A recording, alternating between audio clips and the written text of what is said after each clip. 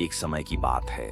वाराणसी के पास एक छोटे से गांव में रजत नाम का एक युवक रहता था। वह बहुत बुद्धिमान था, लेकिन हमेशा परेशान और अशांत रहता।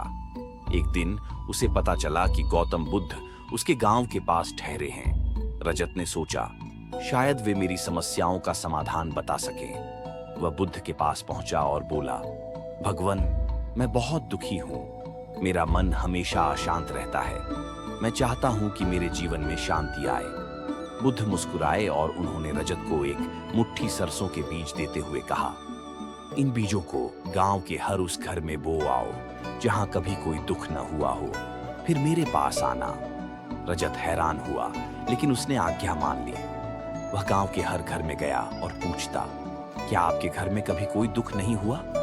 हर कोई उत्तर देता, मेरे घर में तो बहुत दुख हुए हैं। पिछले साल मेरे पिता की मृत्यु हो गई, मेरी पत्नी बीमार है, मेरे बेटे का व्यापार डूब गया। शाम तक रजत के हाथ में वही सरसों के बीज थे। वह वापस बुद्ध के पास लौटा और बोला, भगवान, मैं एक भी ऐसा घर नहीं ढूंढ पाया जहां दुख न हुआ हो। बुद्ध ने कहा, तुम्हारी तरह सभी दुख झेलते हैं, पर शांति इसी सच को स्वीकारने में है। जीवन सुख दुख का चक्र है, इसे समझो, स्वीकारो और निर्विकार भाव से आगे बढ़ो। रजत को ज्ञान की अनुभूति हुई।